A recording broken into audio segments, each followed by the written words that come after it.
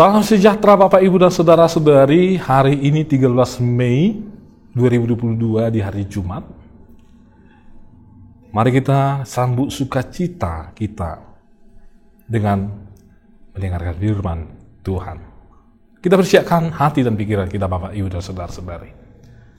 Kasih karunia yang dari Allah Bapa kita, dari anaknya Tuhan Yesus Kristus yang menyertai saudara-saudari sekalian. Amin. Bapak, Ibu, dan Saudara-saudari, firman Tuhan bagi kita itu tertulis dalam Wahyu 11 ayat 15. Demikian firman Tuhan. Lalu malaikat yang ketujuh meniup sangkakalanya dan terdengarlah suara-suara nyaring di dalam sorga. Katanya, pemerintahan atas dunia dipegang oleh Tuhan kita dan Dia diurapinya. Dan ia akan memerintah sebagai raja sampai selama-lamanya. Demikian bacaan firman Tuhan. Sejak zaman dahulu hingga sekarang Bapak Ibu dan Saudara-saudari, tidak ada satupun sistem dari sebuah negara yang abadi.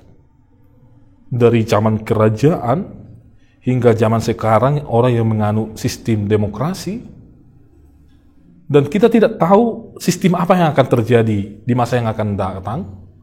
Namun tidak ada yang abadi.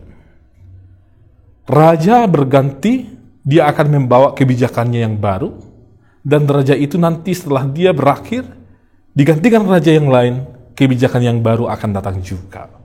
Dan jika rajanya baik, maka masyarakatnya akan mengalami kebaikan atas memang rajanya baik.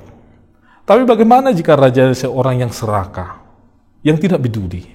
Maka yang korban adalah rakyatnya. Demikian juga di pemerintahan sekarang ini Bapak, Ibu, dan Saudara-saudari, di sistem yang negara kita pakai, tidak ada yang abadi. Ketika seorang pemimpin politis terpilih, dia akan membuat kebijakannya, dan kebijakannya ini, jika dia baik, maka masyarakat akan bersuka cita.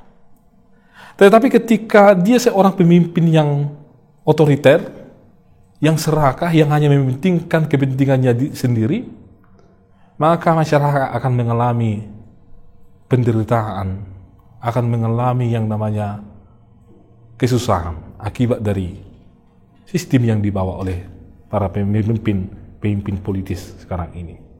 Jadi Bapak, Ibu, dan Saudara-saudari, dari sejak dulu tidak ada sistem sebuah negara, sistem sebuah pemerintahan yang abadi.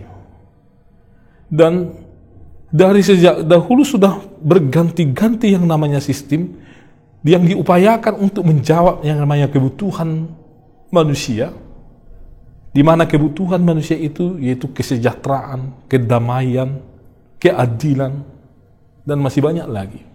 Namun belum ada yang bisa menjawab kebutuhan manusia itu. Kemarin sistem kerajaan diagung-agungkan karena menurut orang pada masa dahulu, sistem itulah yang bisa menjawab kebutuhan manusia. Tetapi itu sekarang menjadi sebuah yang usang. Dan sekarang orang berpikir bahwa demokrasi adalah sistem yang terbaik. Tetapi kita sudah melewati itu. Apakah demokrasi sudah bisa menjawab yang namanya kebutuhan semua orang, Bapak, Ibu, dan Saudara-saudari? Lalu Bapak, Ibu, dan Saudara-saudari, ternyata Tuhan menawarkan satu sistem yang baru. Yang dimana Tuhan yang akan menjadi pemimpin di sana, dan sistem yang dipakai oleh Tuhan adalah sistem yang Tuhan sendiri ciptakan, yang Tuhan sendiri kerjakan, dan pemerintahannya ini akan abadi dan selama-lamanya. Di mana sistem ini akan menjawab kebutuhan dari setiap orang. Di mana sistem ini akan adil kepada setiap orang. Tanpa pandang bulu, tidak berat sebelah. Di Wahyu 21 ayat 14, ketika pemerintahan Kristus itu sudah digenapi, maka ia akan menghapus segala air mata dari mereka, dan maut tidak akan ada lagi. Tidak akan ada lagi perkabungan atau ratap tangis, atau duka cita, sebab segala sesuatu yang lama telah berlalu. Inilah Bapak, Ibu, dan saudara-saudari, pemerintahan Tuhan yang Tuhan kerjakan, Tuhan hendak lakukan bagi setiap orang yang dipilih oleh Tuhan. Di mana setiap orang nanti tidak akan merasakan lagi penderitaan, tidak ada lagi rata tangis, tidak akan ada lagi perkabungan, tidak akan ada lagi yang menderita, Bapak, Ibu, dan saudara-saudari. Tentu Bapak, Ibu, dan saudara-saudari, inilah tujuan dari pemerintahan Kristus itu, Bapak, Ibu, dan saudara-saudari. Pemerintahan Kristus di mana air mata tidak akan ada lagi. Mengapa orang mengeluarkan air mata? Tentu karena ada penderitaan, karena ada beban berat, karena ada ketidakadilan. Namun jika Kristus yang berkata, "Aku akan memerintah untuk selama-lamanya," keadilan akan tercipta di sana, dan mereka tidak akan merasakan yang namanya penderitaan itu. Kalau Kristus yang menjadi pemerintah, mau tidak akan berkuasa lagi. Perkabungan tidak akan ada lagi. Ratap tangis tidak akan ada lagi di sana. Dan jika kalau Kristus yang memerintah, maka segala sesuatu yang lama itu digantinya menjadi yang baru. Yang lama itu apa? Itu penderitaan, ratap tangis, kehancuran.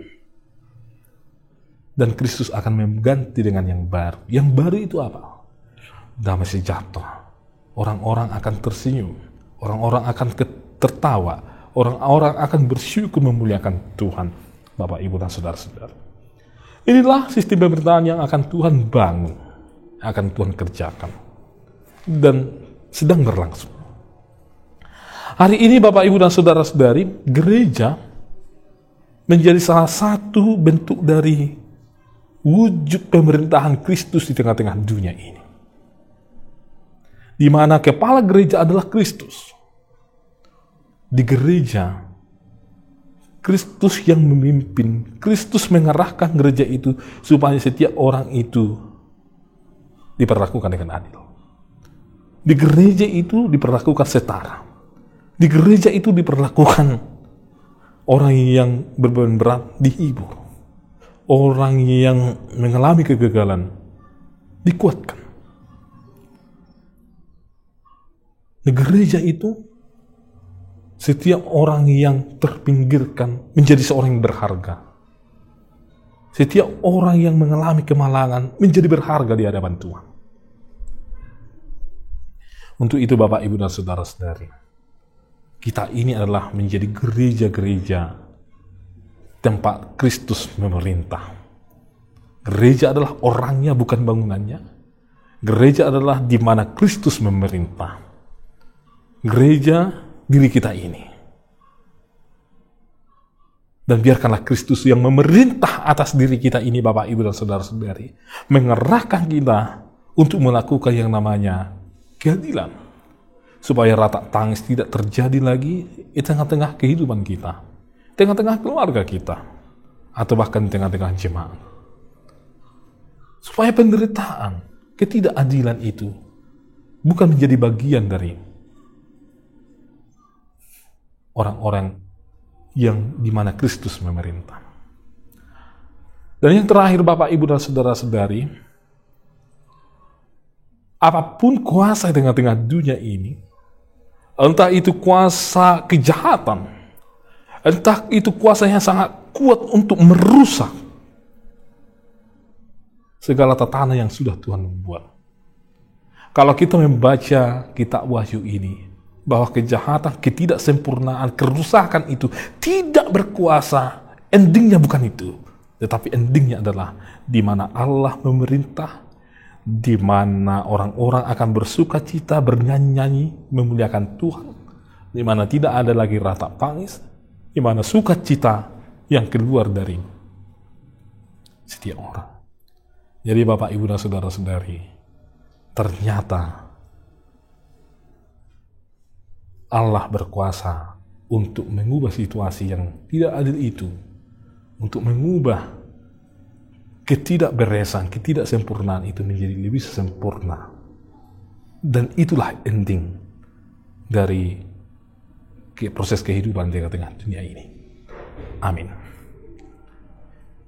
Ya Tuhan, kami sungguh bersyukur mendengarkan firman-Mu, di mana Tuhan sedang membangun kerajaan-Mu di tengah-tengah dunia ini. Agar setiap orang Tuhan tidak merasakan lagi ratap tangis, tidak menderita. Dan Tuhan sedang mengerjakan hal itu. Dan kami percaya Tuhan juga bekerja untuk memulihkan, memenuhi kebutuhan orang-orang yang menghadapi situasi yang sulit. Memulihkan mereka yang sakit. Memulihkan mereka yang dalam keadaan berduka. Dan memulihkan mereka ya Tuhan, yang hubungan di tengah-tengah rumah tangga itu kurang baik. Kami percaya Tuhan senantiasa bekerja. Ya Tuhan, berkatilah jemaat-Mu, lindungilah mereka, berikanlah kekuatan dan hikmat yang daripada Tuhan, terutama kepada anak-anak Tuhan ya Tuhan, yang lahir di tengah-tengah jemaat Tuhan. Lindungilah mereka, tetaplah diam dalam hati mereka supaya mereka bertumbuh secara fisik, psikologis, dan juga bertumbuh mentalnya, terutama spiritualnya kepada Tuhan. Mereka semakin percaya dan semakin takut kepada Tuhan. Kami serahkan seluruhnya ya ke dalam tangan Tuhan. Begitu banyak ya Tuhan yang kami butuhkan dalam hidup ini. Namun kami percaya Tuhan akan senantiasa mencukupkan kami. Ampuni kami atas segala dosa dan kesalahan kami, sehingga kami layak di hadapan-Mu ya Tuhan. Hanya dalam Kristus Yesus kami berdoa. Amin. Anugerah dari Tuhan Yesus Kristus, kasih setia dari Allah Bapa dan persekutuan dari Roh Kudus menyertai saudara-saudari sekalian. Amin.